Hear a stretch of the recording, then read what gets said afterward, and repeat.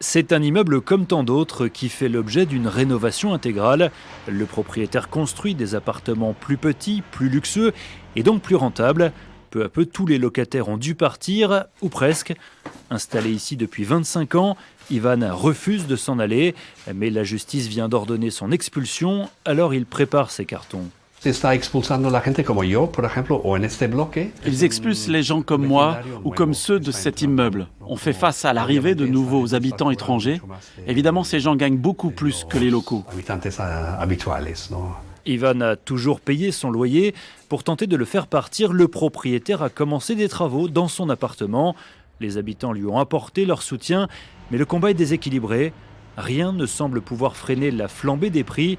Hôtel luxueux, café de spécialité, boulangerie chic, ce quartier fait face à une gentrification galopante. Barcelone est victime de son succès, impossible de trouver un 2 pièces à moins de 1 200 € par mois. Selon cet expert, l'Espagne n'a pas assez construit de logements. On a seulement 2% de logements publics sur l'ensemble du marché et le privé a arrêté de construire.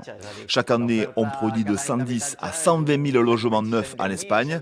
Or, tous les ans, le pays gagne près de 300 000 habitants, notamment avec l'immigration.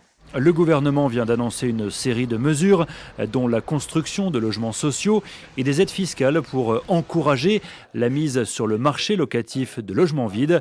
Le Premier ministre veut aussi s'attaquer aux appartements touristiques. Il y a trop d'Airbnb et pas assez de logements. Le devoir du gouvernement, c'est donc de donner la priorité à l'usage résidentiel des appartements et éviter que l'usage touristique et spéculatif se développe de façon incontrôlée. Airbnb sera beaucoup plus taxé. Et puis les investisseurs étrangers sont dans le viseur de Pedro Sánchez. Il veut interdire l'achat de logements par des non-européens. Un projet inquiétant pour cette agente immobilière.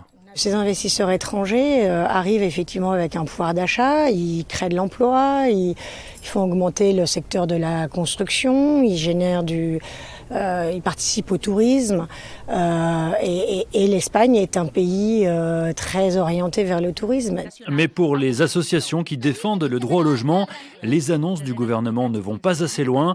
Pour faire pression, certains collectifs appellent désormais à une grève des loyers.